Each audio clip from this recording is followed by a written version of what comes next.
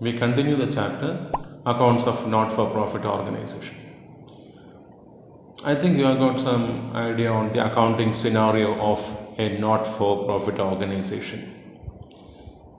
In the last class, I have been telling you the importance of a receipt and payment of account. Do you know why I was telling? എന്തുകൊണ്ടാണ് receipt and payment account ആണ്. That is the base. നമ്മൾ not for profit organisation പഠിക്കുമ്പോഴത്തേക്ക് ഈ ഒരു receipt and payment account വച്ചിട്ട് വേണം we have to prepare the other important statements, other important financial statements. ഞാൻ ഇതൊക്കെ കഴിഞ്ഞ ക്ലാസ്സിൽ പറഞ്ഞതാണ്. ഏതൊക്കെയാണ് ഇനിയുള്ള സ്റ്റേറ്റ്മെൻറ്റുകൾ? റെസിപ്റ്റ് ആൻഡ് പേയ്മെൻറ്റ് അക്കൗണ്ടാണ് ബേസ്. After that you have to prepare income and expenditure account as well as the balance sheet. അപ്പോൾ income and expenditure account is a revenue account of a not-for-profit organization. Revenue account means what? It is an account like a profit and loss account. നിങ്ങൾ profit and loss account പഠിച്ചതാണ്. അപ്പോൾ എങ്ങനെയാണോ നിങ്ങൾ profit and loss account തയ്യാറാക്കിയത്, in the same manner you have to prepare the income and expenditure account. Now you have to prepare the balance sheet also. Why should I tell about balance sheet? You have learned a lot of balance sheets in the last year, it containing assets and liabilities. Should I tell it again? You know balance sheet, how to prepare and all you know. Okay. Now, ഈ receipt and payment account എന്താണ് ഒന്നുകൂടെ ഞാൻ brief ചെയ്യാം. It contains all receipts and payments. Your job is to pick out the receipt as well as payments, whether it be a capital or revenue item. Revenue items ആയിരിക്കാം, capital items ആയിരിക്കാം. That means repetitive items ആയിരിക്കാം, non repetitive items ആയിരിക്കാം. അപ്പോൾ നിങ്ങൾ എന്താണ് ചെയ്യേണ്ടത്? You pick out these items as I told, then you have to distinguish, you have to identify whether an item belongs to income and expenditure account or it belongs to a balance sheet item. That is your job. നിങ്ങൾക്ക് പ്രധാനമായിട്ട് ഞാൻ പറയുന്ന കാര്യം, receipt and payment account വെച്ചുകൊണ്ട് നിങ്ങൾ എന്ത് ചെയ്യണം? Revenue items എല്ലാം, ഡേ ടു ഡേ എക്സ്പെൻസ് ഉണ്ട്, ഡേ ടു ഡേ ഇൻകം ഉണ്ട്, അതൊക്കെ കൊണ്ടുവന്ന് എവിടെ പ്ലേസ് ചെയ്യണം? That should be placed in the income and expenditure account. പിന്നെ ലോങ് ടേം ഐറ്റംസ് വരും. എന്തൊക്കെയാണ്? കമ്പ്യൂട്ടർ വാങ്ങിയത് എവിടെ കാണിക്കും? അതെവിടെ കാണും? That is on the payment side. പക്ഷെ കമ്പ്യൂട്ടർ ആകുമ്പോൾ എന്തായിട്ട് പോണത്? That's A capital expenditure. ഈ ക്യാപിറ്റൽ എക്സ്പെൻഡിച്ചർ എന്താണ്? That becomes the fixed asset. അപ്പോൾ computer is a fixed asset. അതെവിടെ കാണിക്കും? You are going to show it in the income and expenditure account? No, you will show it in the balance sheet on the asset side. Suppose there is subscription, പരിസംഖ്യയുണ്ട്, എവിടെ കാണിക്കും? അത് revenue ഐറ്റമാണ്, repetitive ഐറ്റമാണ്. ഈ repetitive items ഒക്കെ എവിടെ വരും? Income and expenditure account. അപ്പോൾ എവിടെ കാണിക്കുന്നത്? That is shown on the credit side of the income and expenditure account. Okay. ഇനി ഞാൻ നിങ്ങൾക്ക് വേണമെങ്കിൽ റെസിപ്റ്റ്സ് ആൻഡ് പേയ്മെൻറ്റ്സ് അക്കൗണ്ടൊക്കെ ഒരു ഫോർമാറ്റായിട്ട് വേണമെങ്കിൽ ഞാൻ പഠിപ്പിക്കാം. ഒരു വലിയ ഫോർമാറ്റൊക്കെ ഇവിടെ കിടപ്പുണ്ട്, നമ്മുടെ NCERT പുസ്തകത്തിലുണ്ട്. അപ്പോൾ ഈ തൊടിയൻ ഫോർമാറ്റൊക്കെ പഠിച്ച് അതിനകത്തുള്ള എല്ലാ ഐറ്റംസൊക്കെ ഞാൻ പറഞ്ഞ് ഞാനും ക്ഷീണിക്കും, നിങ്ങളും ക്ഷീണിക്കും. അത് വേണോ? What I follow is what? I can give you some ideas. So you make your ideas conceptualized. അങ്ങനെയാണ് പഠിക്കേണ്ടത്. You should conceptualize your thoughts. That's important. For me, that's important. I teach only in that manner. No format, no models, nothing doing. Okay? അങ്ങനെയാണെങ്കിൽ ഞാൻ പറഞ്ഞത് മനസ്സിലായല്ലോ. ഞാൻ പറയാം, ഇപ്പം നിങ്ങളെ ഇപ്പോൾ കൊണ്ട് ഞാൻ ചെയ്യിപ്പിക്കാൻ പോവാണ്. നോക്കിക്കോ. You are seeing a cash book, sorry, you are seeing a receipt and payment account on the display. Can you see that? Can you read it? Okay. ഇവിടെ ഞാൻ കുറച്ച് നക്ഷത്രങ്ങളൊക്കെ ഞാൻ ഉണ്ടാക്കി വെച്ചിട്ടുണ്ട്. കുറേ യെല്ലോ സ്റ്റാർസും കുറേ റെഡ് സ്റ്റാർസും കാണുന്നുണ്ടോ? Yes, you are watching now all the stars also. പക്ഷെ ആ സ്റ്റാറിലല്ല പ്രധാനം, ആ സ്റ്റാറിനകത്ത് അടങ്ങിയിരിക്കുന്ന ഐറ്റംസ് നിങ്ങൾ വായിച്ചു നോക്കുക. ഓക്കെ, അപ്പോൾ അതൊക്കെ വായിച്ചാൽ മതി. You take your own time. Okay, now you see the receipt side. ഇത് ഒരു റെസിപ്റ്റ് ആൻഡ് പേയ്മെൻറ്റ് അക്കൗണ്ടാണ്. ആരുടെ? ഒരു ബില്യാർഡ് ക്ലബ്ബാണ്. ആ ക്ലബ്ബ് ഒരു പുതിയ ക്ലബ്ബാണ്. എല്ലാം ഈ ചോദ്യത്തിൽ നിങ്ങൾക്ക് കാണുന്നുണ്ട്. ആ പുതിയ ക്ലബ്ബ് ആകുമ്പോഴത്തേക്ക് ഇവർക്ക് എന്ത് കാണത്തില്ല? പഴയ അസറ്റ്സും ലയബിലിറ്റീസ് ഒന്നും ഉണ്ടാവത്തില്ല. ഈ പഴയ അസറ്റ്സും ലയബിലിറ്റീസൊക്കെ ഒരു ട്രേഡിംഗ് ഓർഗനൈസേഷനായാലും നോൺ ട്രേഡിംഗ് ഓർഗനൈസേഷനായാലും അവർക്കെല്ലാം അസറ്റ്സും ലയബിലിറ്റീസൊക്കെ ഉണ്ട്. നമ്മുടെ വീട്ടിലായാലും നമുക്ക് അസറ്റ്സും ലയബിലിറ്റീസൊക്കെ ഇല്ലേ? അപ്പോൾ ഇവർക്ക് അസറ്റ്സും ലയബിലിറ്റീസ് ഒന്നും പണ്ടില്ല. കാര്യം എന്താണ്? It is A new organisation. വായിച്ചു നോക്കിയേ, ഇറ്റ്സ് എ ന്യൂ ക്ലബ്, ഒരു പുതിയ ക്ലബ്ബാണ്. അപ്പോൾ ഇവിടെ എന്തായിരിക്കും? ഇവിടെ റിസീപ്റ്റ്സ് ആൻഡ് പേയ്മെൻറ്റ്സ് അക്കൗണ്ട് മാത്രമേ ഉള്ളൂ. ഞാൻ നേരത്തെ പറഞ്ഞു, റിസീപ്റ്റ് ആൻഡ് പേയ്മെൻറ്റ് അക്കൗണ്ട് ഏറ്റവും ഇമ്പോർട്ടൻ്റ് ആയിട്ട് നമ്മൾ പ്രിപ്പയർ ചെയ്യേണ്ട ഒരു അക്കൗണ്ടാണ്. അതിനകത്ത് ഉള്ള ഐറ്റംസ് നമ്മൾ ഓരോന്നായിട്ട് വായിച്ച് അതിനെ പിക്കൗട്ട് ചെയ്ത് ബാലൻസ് ഷീറ്റിലും ഇൻകം ആൻഡ് എക്സ്പെൻഡിച്ചറിലും കൊണ്ടുവയ്ക്കുക. അതാണ് നിങ്ങളുടെ ജോലി. അപ്പോൾ ഇത് നിങ്ങളുടെ ചോദ്യമാണ്. ഇത് നിങ്ങൾ എന്ത് ചെയ്യണം? ഐഡൻറ്റിഫൈ ചെയ്യണം. റവന്യൂ ആണോ ക്യാപിറ്റലാണോ? അതനുസരിച്ച് ബാലൻസ് ഷീറ്റും ഇൻകം ആൻഡ് എക്സ്പെൻഡിച്ചറും ചെയ്യണമെന്ന് ഞാൻ ആവർത്തിച്ച് പറയുകയാണ്. Okay, I will give you all ideas, I will give you all supports. Okay, ഞാൻ ഒരു കാര്യം ചെയ്യണം. ഇനി പറയുന്ന ഇൻസ്ട്രക്ഷൻസ് ദയവായിട്ട് you have to listen so closely to me.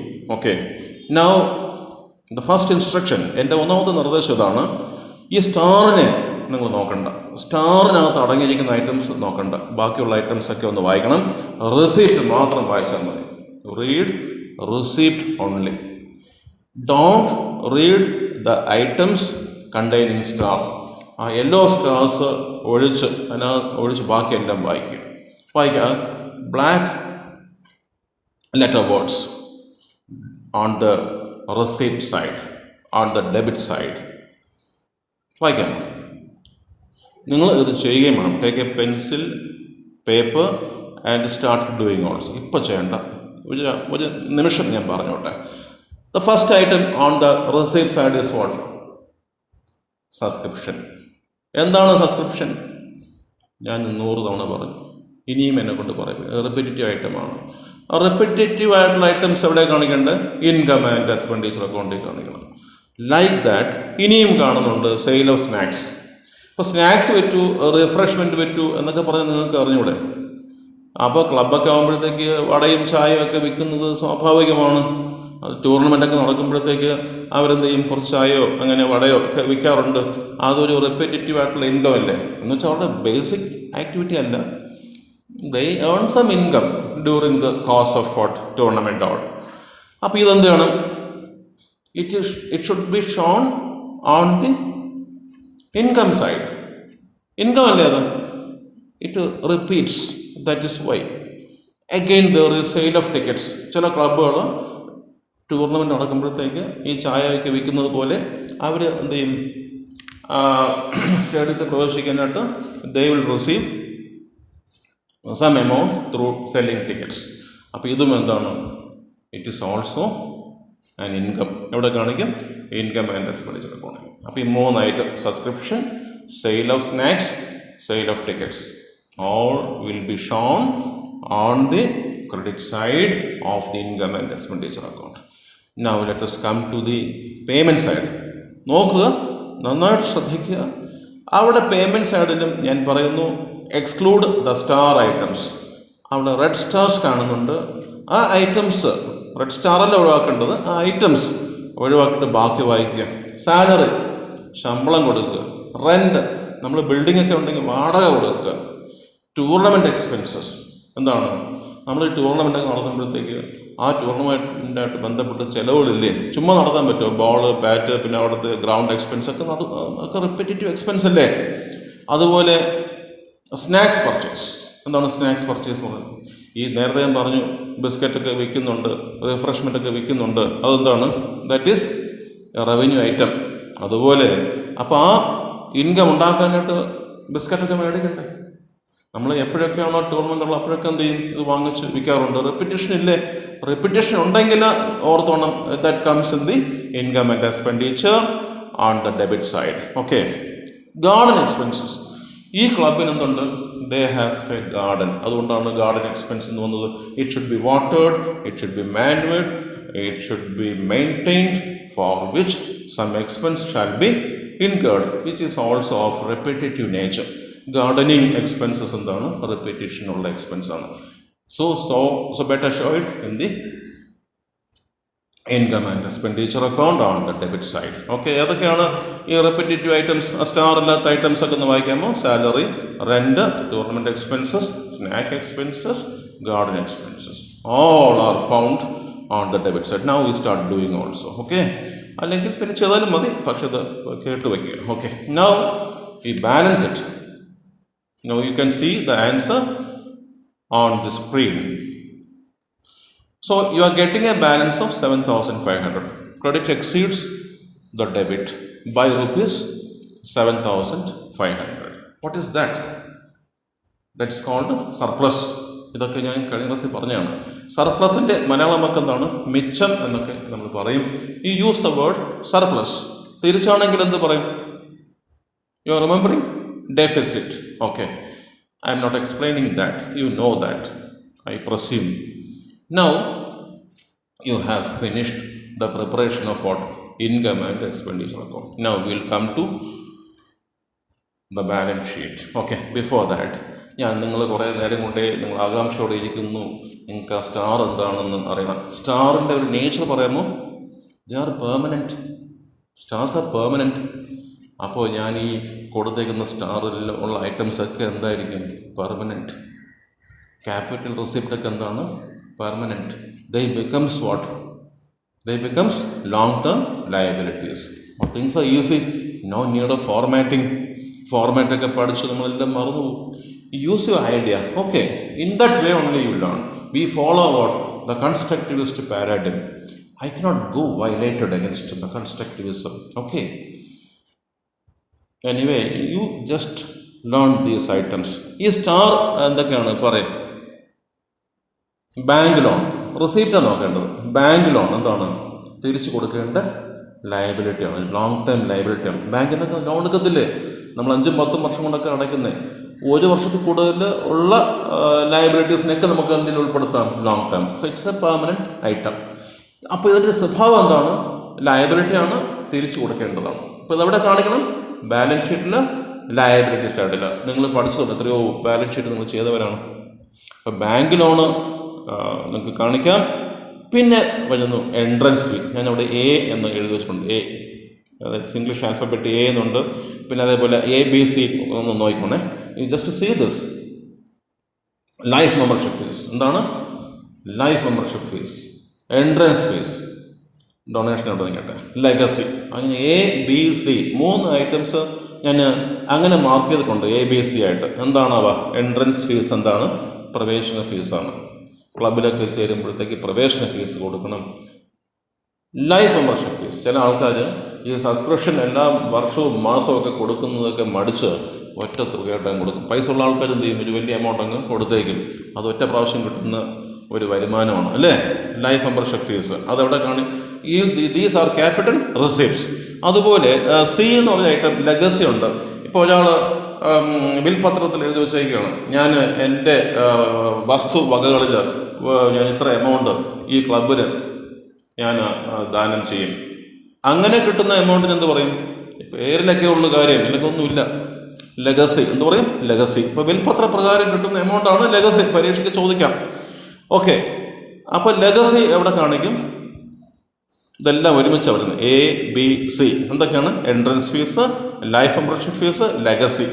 ഇതൊക്കെ നമുക്ക് അപൂർവമായിട്ട് കിട്ടുന്ന ക്യാപിറ്റൽ റിസീപ്റ്റാണ്. പക്ഷേ പ്രത്യേകത ഉണ്ട്. എന്താണ്? Use your idea. എൻട്രൻസ് ഫീസും ഈ ലൈഫ് മെമ്പർഷിപ്പ് ഫീസൊന്നും തിരിച്ചു കൊടുക്കണ്ട. ലെഗസി ഒരാൾ നമുക്ക് തരുന്ന എമൗണ്ട് വിൽപത്ര പ്രകാരം തിരിച്ചു കൊടുക്കണോ? വേണ്ട. അപ്പോൾ ഇതൊക്കെ എന്താണ്?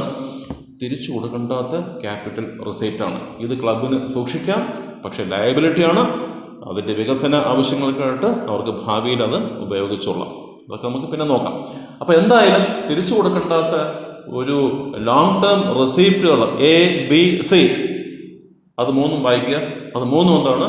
That is called the capital of, capital എന്ന് പറയാൻ പാടില്ല, capital fund of the not for profit organisation. അപ്പോൾ ഇവർക്ക് സ്വന്തമായിട്ട് ക്യാപിറ്റൽ ഇല്ല, പക്ഷേ life membership fees, entrance fees, ഇങ്ങനെയൊക്കെ കിട്ടുന്ന വരവുകൾ അവർക്ക് തിരിച്ചു കൊടുക്കേണ്ടാത്ത ക്യാപിറ്റൽ റിസിപ്റ്റുകളെയാണ്. It's very important.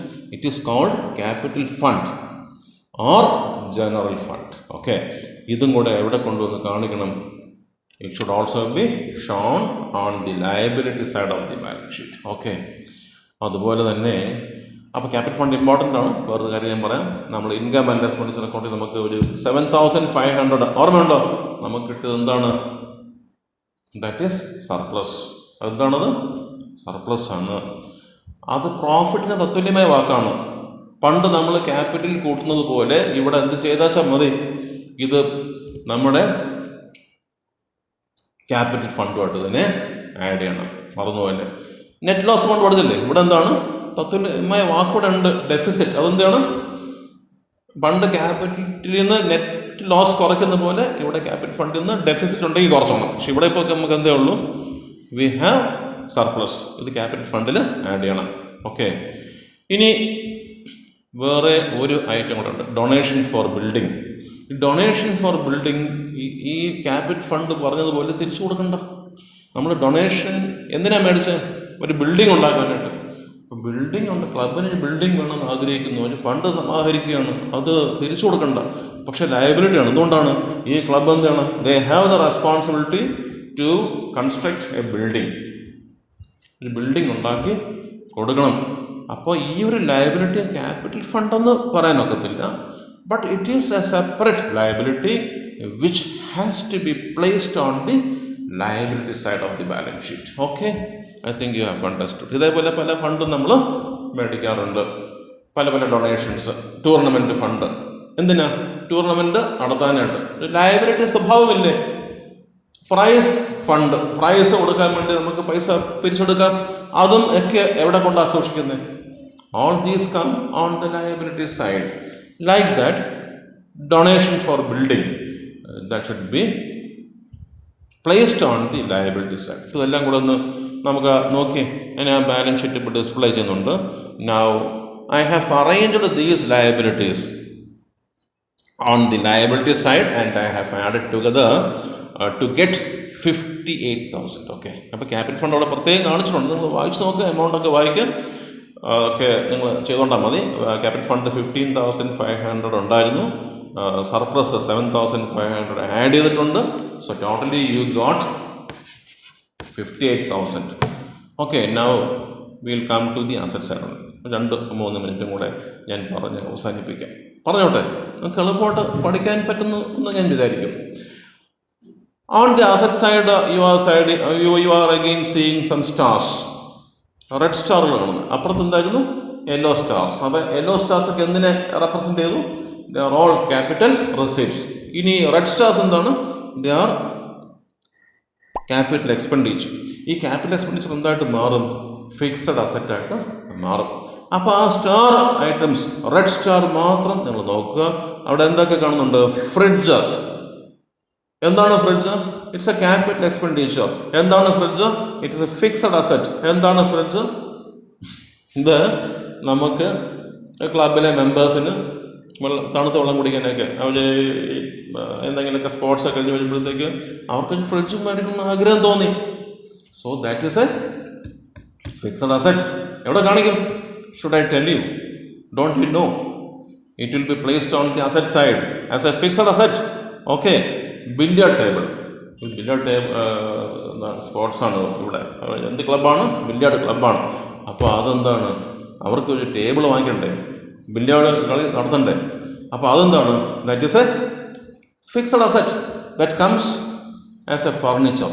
അതിൻ്റെ കൂടെ വരും ഒരു ഫർണിച്ചറായിട്ട് തന്നെ നമുക്ക് കാണാം. അപ്പോൾ നമുക്ക് ബാലൻസ് ഷീറ്റിൽ ഒരു ഫർണിച്ചർ എന്ന് പറഞ്ഞ് എഴുതിയാൽ മതി. ഓക്കെ, ഇനി കമ്പ്യൂട്ടർ ഉണ്ട്. അതും സ്റ്റാറാണ്. Star items means permanent items, which means they are long term assets. Computer എന്താണ്? long term fixed asset ആണ്. That should be shown on the asset side. Should I tell that? Don't you know how it has to be treated? One more thing, there is a closing balance of cash. ഈ receipts and payments അക്കൗണ്ടിൽ closing balance of cash ഉണ്ട്, opening balance ഇല്ല. എന്തുകൊണ്ടാണ്? It's a new club. It doesn't have any opening balance. Anyway, they have closing balance of rupees 30,000. Closing cash എന്താണ്, കളയണോ? No, it should be shown on the asset side. It is not an income, it is an asset. You know, cash is an asset, so it should be placed as a current asset. അതെന്താണത്? It's a current asset. എന്തെളുപ്പം. So you are getting 58,000. See the answer. I have done it. Have you done it? Do it quickly. Okay, so fast. Okay, that simple. It's a simple balance sheet and a simple income and expenditure. I will give you more problems with a lot of adjustments. You do one thing. You make a cash book of your own. കുറേ items ഒക്കെ ഉൾപ്പെടുത്തി നിങ്ങൾക്ക് കുറേ കൂടെ items ഒക്കെ ഉൾപ്പെടുത്താം അല്ലേ? Electric bill, അല്ലെങ്കിൽ സെയിൽ ഓഫ് ന്യൂസ് പേപ്പർ, അല്ലെങ്കിൽ ഹാൾ റെൻറ്റ് കിട്ടിയത്, ഇതെല്ലാം ഉൾപ്പെടുത്തി പുതിയ ക്യാഷ് ബുക്ക് ഉണ്ടാക്കിയിട്ട് you do your self. Use your idea and do the problem in your own way. You do income and expenditure and balance sheet. Okay, that initial stage is over. Okay, then thank you very much. One more thing, if you like it, subscribe it and press the bell icon so that you shall be notified my new releases. Okay, thank you once again.